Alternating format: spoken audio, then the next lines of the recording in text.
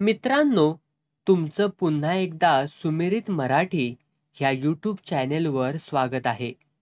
आजची कथा सुरू करण्यापूर्वी जर कोणी ह्या चॅनेलवर पहिल्यांदाच आले असाल आणि अजूनही सबस्क्राईब केले नसेल तर नक्की सबस्क्राईब करा. धन्यवाद. रात्री 11:15 घड्याळात 11:50 वाजवून टाइम किपरने प्रेस सुटण्याची बेल दिली व कार्ड पंच करून कामगार स्टेशनच्या दिशेने धावत सुटले. मलाही 11:55ची बस मिळाली व मी 12:15 वाजता घरी पोहोचलो. हातपाय धुवून जेवणाचा डबा उघडला तर दुपारी करून ठेवलेल्या भाताच्या जोडीला कुणा शेजारणीने भाजी आमटी ठेवून दिली होती. बायको मुलं गावी असल्यामुळे त्यांना हा त्रास होत होता, परंतु तो त्रास शेजारी आनंदाने घेत होते. डाळ भात खाऊन दारावर चटई टाकली व उंबऱ्यावर उशी टेकून आडवा झालो. दाराची एक फळी उघडी ठेवून दुसरी जराशी ओढून घेतली. आमच्या भगवा चाळीत त्यावेळी फक्त 2-3 पंखे होते. बाकी सगळे आमच्यासारखे वर्षाचे 12ही महिने दार उघडं ठेवून झोपणारे. यू आकाराच्या त्या चाळीत मागे पुढे मिळून सुमारे 150 खोल्या, त्याही एवढ्या लहान की एखाद्या मोराचं किंवा बदकाचं कुटुंब राहू शकेल तिथं आम्ही माणसं दाटी वाटीने राहू शकत होतो. खोल्या लहान असल्या तरी वस्ती महान होती. 2 फूट रुंदीच्या गॅलरीत आणि गच्चीतही माणसं आरामात झोपा काढत. स्त्री वर्ग फक्त खोलीत, त्यामुळे बाहेर सगळी जागी. एका चोराने एकदाच रात्री आमच्या चाळीत शिरण्याची हिंमत केली व भरपूर प्रसाद खाऊन परतला. तरुण पोरं रात्री जेवून बाहेर पडायची व नाक्यावर टंगळ मंगळ करून झाली की परतून चाळीच्या बाहेरील कट्ट्यावर येऊन गप्पा छाटत बसायची. तिथून उठली की गच्चीत अंथरून पसरून पुन्हा गप्पा. त्यांच्या पापण्या मिटत आहेत, तो दुसरा गट हजर व्हायचा. असं करता करता शेवटचा गट येऊन आडवा व्हायला रात्रीचे 2 वाजायचे. नंतर तास 1.5 तास जराशी शांतता असे. तोवर पहाटे 4 वाजता येणाऱ्या पाण्यासाठी पहिल्या दुसऱ्या नंबरवाल्या गृहिणी 3:30 वाजल्यापासूनच जाग्या. एकूण चाळीत सतत जागता पहारा असायचा. मी जरा वैतागात होतो. खात्यात एका कंपनीची बॅलन्स शीट चालू होती. गॅदरिंगवाल्यात कुणीतरी एक 4 पेज फॉर्म चुकून घेतलाच नव्हता. तार मारून कटिंग होऊन आलेली कॉपी चेक करताना फोरमनला नेमकी चूक सापडली. मग सारी धावाधाव. शेवटी आम्हा मशीनवाल्यांचं काम थांबवून शोधाशोध सुरू. नशीब 200 कॉप्यांतच चूक होती. सर्वांनी मी नाही करत चूक दुरुस्त करून दिली. खरं म्हणजे गॅदरिंग चालू असताना कामगारांच्या गप्पांना ऊत आलेला असतो. त्यामुळे अधूनमधून चेकिंग करणं फोरमनचं काम असतं, ते त्याने केलं नाहीच वर कामगारांनाच ओरड ऐकून घ्यावी लागली. एक डुलकी घेतली असेल, तोच दार हलकेच कुरकुरल्याचा आवाज कानी आला. मला जराशी जाग आली, पण चांगली झोप उडालीच नाही. पुन्हा डोळे मिटले. काही वेळाने पुन्हा दार कुरकुरलं. मग माझी झोप उडालीच. चोरबीर शिरला की काय या शंकेने सावध होऊन खडबडून डोळे उघडून पाहिलं तर सर्वत्र दाट अंधार भरून राहिला होता. काहीही दिसत नव्हतं. हळूहळू नजर ताणली. रस्त्यावरल्या दूरच्या दिव्यांच्या काही प्रकाशरेषा चाळीच्या आवारात रेंगाळत होत्या. मी दाराची फळी पूर्ण उघडताच त्या एकदम खोलीत शिरल्या. मग आतल्या वस्तूंचे आकार सरावलेल्या नजरेत भरू लागले. गहू, तांदूळ ठेवण्यासाठी मोठी पेटी, भांडी-कुंडी, फळी, हँगरवर लटकणारे कपडे, कोपऱ्यातले देव, सारं नजरेत आलं. पण यात चोराची आकृती कुठेच नव्हती. उगाच जागरण झालं या वैतागात फळी ओढून मी पुन्हा आडवा झालो. तर काही वेळाने पुन्हा दार कुरकुरलं.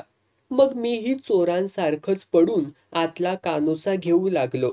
तेव्हा चिमणीच्या पिलांसारखी पिलपिल कानी आली.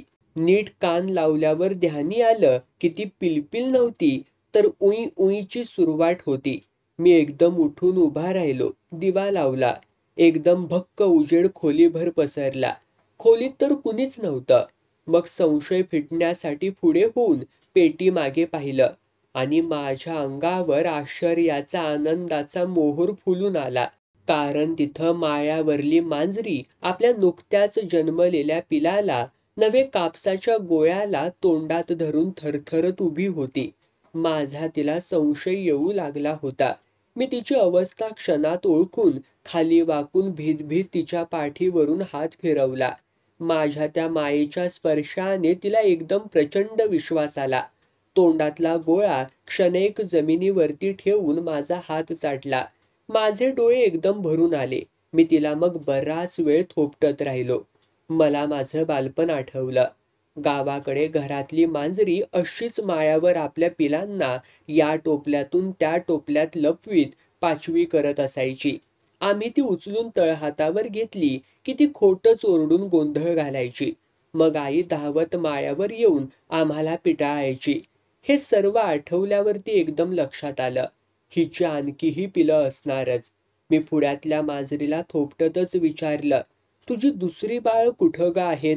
माणूस आणि हे प्राणी यांचं प्रेम उत्कट असलं की त्या दोघांची भाषा एकमेकांना पटकन कळते. तसंच झालं. मांजरी गडबडीने उभी राहिली व माझ्याकडे पाहत म्याव केलं. म्हणजे थांब घेऊन येते असा तिच्या म्हणण्याचा अर्थ मला लगेच कळला व मी जा म्हणताच ती लगबगीने बाहेर पडली. खरं म्हणजे ती काही माझ्या घरातली मांजरी नव्हती, आमच्या माळ्यावरली होती. माळ्यावरल्या एका कोपऱ्यात ती राहायची. खाण्यापिण्याचा हक्क मात्र तिचा सर्व खोल्यांत होता. ती सर्वांची लाडकीच होती म्हणा ना. सारीच तिला घास तुकडा टाकायची. बायको गावी गेल्यावरही मी तिला काही बाही टाकतच होतो. शिवाय आता तिला माझं घर पूर्ण मोकळं दिसून आलेलं, त्यामुळे ती माझ्या घरात शिरली होती. मी एका बारदानाची बिछायत करून कोपऱ्यात ठेवेपर्यंत ती आपल्या दुसऱ्या पिलाला घेऊन आली. ते जरा भुऱ्या रंगाचं होतं. त्यालाही त्या बिछायतीवर ठेवलं. मग आणखीन 2 ठिपकेदार पिलं तिने आणलीत. एवढीच तिची पिलं आहेत हे मी ओळखलं, कारण मग ती तिथेच आडवी होऊन पिलांना चाटत बसली.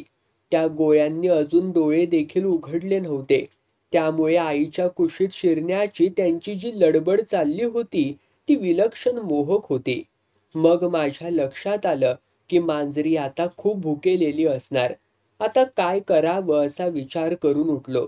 चपातीच्या डब्यात हंडी राखणी पाऊण चपाती होती. ती तशीच तोडून तिच्या पुढ्यात टाकली. एका मिनिटात तिने तिचा चट्टामट्टा केला व माझ्याकडे पाहून आभाराचं म्याव गेलं. मीही मग ठीक आहे म्हणत उगाचच भाव खाल्ला. तिने मग आपल्या पिलांना ढुशी देत ढकलत आपल्या पान्ह्याकडे आणलं.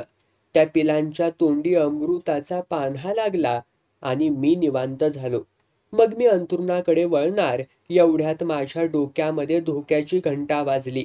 मांजरीने पिला आपल्याकडे लपवून ठेवली आहेत हे खरं, पण म्हणजेच आता बोका तिच्या मागावर असणारच याची खात्री झाली. पण मी डगमगलो नाहीच. खोलीतला मोठा दिवा काढून मंद दिवा लावला आणि कपडे वाळत घालायची जाड काठी हातात धरून अगदी तयारीनेच अंथरुणावरती आडवा झालो. माझी झोप आता कधीच उडाली होती आणि एका नवीन अनुभूतीचा आनंद मी मनसोक्त लुटत होतो. यानंतर 15-20 मिनिटं झाली असतील, तोच मांजरीने आतूनच व्याव करत चवताळून माझ्या अंगावरून बाहेर झेप घेतली. 1-2 क्षण तिची बोक्याशी झटापट झाली. बोका घाबरून निघून गेला. माझा अंदाज खरा ठरला होता आणि पुन्हा तो येणारच याचीही मला खात्री होती, म्हणून काठी हातात घेऊनच तयार राहिलो. 5 मिनिटांनी तो पुन्हा चोर पावलांनी येत असलेला दिसला. चोरांना आपण चोर पावलांनी येतात असं म्हणतो, खरं म्हणजे आपण त्यांना मांजर पावलांनी येतात असं म्हणायला हवं. एक वेळ चोराची पावलं वाजतील, पण मांजर या प्राण्याची कधीही वाजणार नाहीत. आपण जर डोळे मिटून पडून राहिलो तर मांजरीने आपल्या भोवती घातलेल्या 100 प्रदक्षिणाही आपल्याला कळणार नाहीत. तिचे पंजे हे जणू कापसाची बोंडच असतात. अशा दबक्या पावलांनी येणाऱ्या त्या बोक्याकडे मी लक्ष ठेवून होतो. तो अगदी जवळ आल्याबरोबर हातातल्या काठीचा एक जोरदार फटका हाणला, पण वाघाचा काकाच तो. सरकन प्रसंग ओळखून मागे वळला, तरीही त्याच्या मागच्या पायांवर फटका लागलाच. झालं, तो कोकलत पळून गेला आणि मी मनोमन खुश झालो. आता या पिल्लांचं संरक्षण करायचं कसं?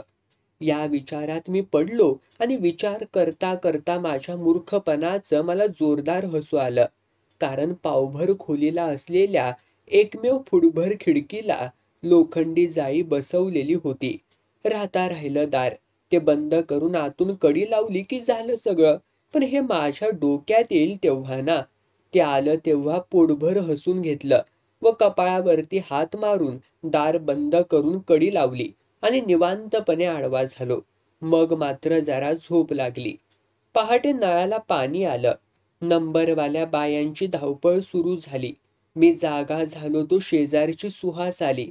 दादा दादा उठ, तुझा नंबर आलाय. आणि आज दार कशाला बंद केलंयस रे? कडी वाजवत ती उद्गारली. मी उठून कडी काढली व पुन्हा अंथरुणावरती पडत म्हटलं, बरं बरं जा, मी उठतो आता. ती निघून गेली तो कल्पना आली. अहो भाऊजी उठा, तुमचा नंबर आलाय पाण्याचा. अगं तूच जरा 2 भांडी आणून ओत, मी जरा कामात आहे. कामात आहे? म्हणजे झोपेच्याच ना? तिने माझी फिरकी घेतली. अगं मी पहारा करतोय, मी म्हटलं. कोणाचा पहारा? घरात ओली बाळंतीण आहे, मी उत्तरलो. माझ्या या वाक्यावर सर्वांची पावलं जागच्या जागी थांबली. काय वेडबीड लागले की काय? असं म्हणत कल्पनाने घरात शिरून दिवा लावला. त्याबरोबर आपल्या पिलांना सोडून मांजरी बाहेर आली आणि रोज आपल्याला अन्न घालणाऱ्या आयामायांच्या पायात सलगीने घुटमळू लागली. एव्हाना बायांना पिल्लही दिसली. अय्या, ही बाळंत झाली होय.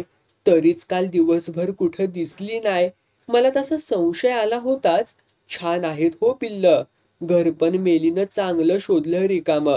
अजून डोळेही उघडलेले नाहीत. सर्वजणींनी आपापल्या परीने बडबडून गलका केला. सुहासला नको नको म्हणतानाही तिने एक पिलो हातावर घेऊन जरा गोंजारलंच. मग काही क्षण मांजरीचं कौतुक आणि माझी थट्टा करून साऱ्या जणी आपापल्या कामाला निघून गेल्या. नंतर शेजार पाजारच्या जाग्या झालेल्या बाळांनी तर मला भंडावून सोडलं. प्रत्येकाला हातावर पिलू घेऊन बघायचं होतं. अर्थात मी ते होऊ दिलं नाहीच. त्यामुळे स्वाती आणि बबली माझ्याशी कट्टीच घेऊन गेल्या. दुपारी माळ्यावरल्या आयामायांकडून वरण भाताचं सात्विक आवतण आलं. मांजरीनबाईंनी चटाचटा खाऊन फस्त केलं तरी बरचसं उरलं. ते कावळ्यांना घातलं. त्या क्षणी मी सुद्धा जरा जास्तच मवाळ झालो होतो. माझी मुलं जवळ नव्हती म्हणून की काय न कळे, पण माझ्यातल्या पितृत्वाला मायेचा पाझर फुटला होता. त्यामुळे अर्थातच या पिलांचं रक्षण करणं ही आपली जबाबदारीच आहे असं वाटू लागलं होतं. शिवाय मांजरीनेही माझ्यावरच विश्वास टाकला होता. म्हणूनही असेल, पण मी मवाळ झालो होतो हेही खरं. दुपारचं जेवण अर्थातच अर्ध शेजाऱ्यांनीच केलं. ते जेवून जरा आडवा झालो. मांजरी कोपऱ्यात पिलांना कुशीत घेऊन पडली होती. पिला आईचा पान्हा तोंडात घेण्यासाठी मिटल्या डोळ्यांनीच एकमेकांच्या अंगावर धडपडत होती. ते दृश्यच इतकं विलोभनीय होतं की ते डोळे भरून पाहण्यासाठी मी पेटी मुद्दाम बाजूला सरकवून ठेवली होती. नेहमीप्रमाणे दुपारी 3:30 वाजता शेजारच्या कल्पनाने येऊन ढुसकलं. उठा, 3 वाजले, कामावर जाताय ना? नाही, मी सुट्टी घेतली आहे. मी डोळे मिटूनच उत्तरलो. कशाला हो सुट्टी? तिने विचारलं. कशाला ते कळत नाही. घरात बाळंतीण आहे ना. मी जरा खोटं खोटंच ओरडलो. काय पण अगदी लाडातच, असं वैतागून पुटपुटत ती निघून गेली. भर दिवसा ढवळ्या बोका 2-3दा गॅलरीतून वास काढून गेलाच. खरा त्रास मुलांचाच झाला. काका आम्हाला येऊ देत नाही, मग तुम्ही तरी पिलांना उचलून आणून दाखवा, अशी सारखी विनवणी झाल्यावर सर्वात जास्त देखण्या पांढऱ्या बाळाला तळहातावरती उचलून आणलं. त्याच्या अंगावर दोघा तिघांनी आपले पाकळ्या पाकळ्यांचे हात फिरवून आनंद लुटला व समाधान होताच आपापले अर्धवट राहिलेले खेळ खेळायला ते निघून गेली. संध्याकाळी जरा कंटाळा आला म्हणून दार व्यवस्थित बंद करून नाक्यावर जाऊन एक कडक पाणी कम चाय मारला आणि लगेच परतलो. रात्री जेवून पुन्हा आडवा झालो. पिलांची हालचाल आता बरीच वाढली होती. नेहमीप्रमाणे दाराची फळी जराशी ओढून आपली आवड ऐकत राहिलो. हळूहळू एक एक खोलीतला दिवा जात जात अंधार आपले पाय पसरू लागला. जेवून गॅलरीच्या कट्ट्यावर गप्पा मारणारी मंडळी आपापल्या लुंग्या बिंग्या आवळून नाक्याकडे सरकू लागली. गॅलरीतले दिवेही गेले. चाळीत एकूण 3 रेडिओ होते. त्यांचा आवाजही हळूहळू मंद होत गेला. गच्चीवर झोपलेल्यांची कुजबूज मंदावली. मी उठून रेडिओ बंद केला. काठी जवळ घेतली. मंद दिवाही घालवून अंथरुणावरती आडवा झालो. मध्यरात्री मला जाग आली, पण तीही अर्धवट. त्यामुळे आपल्या हाताशी ही काठी कशाला हे काही लक्षातच येईना. आणि आलं तेव्हा माझी झोप खाडकन उडाली. झटकन उठून दिवा लावला आणि कोपऱ्यात पाहिलं तर काय, कोपरा भकास भकास रिकामा होता. पाण्याचा आडवा झालेला प्याला आणि दुधाची बशी मान टाकून पडली होती. मांजरीनबाई माझा डोळा लागलेला पाहून आपल्या बाळांना घेऊन दुसऱ्या कुठल्या तरी घरात पाचवी करायला निघून गेल्या होत्या. मी क्षणभर विषण्ण होऊन जागच्या जागी उभा राहिलो. आतून गलबलून आल्यासारखं वाटलं. खरोखर तोपर्यंत पापण्या उलावल्याच. रागाने कुणाच्या ते कळलं नाही. भिंतीवर हाताचा एक बुक्का मारून दिवा घालवला व आडवा होऊन उशीत डोळे खुपसले.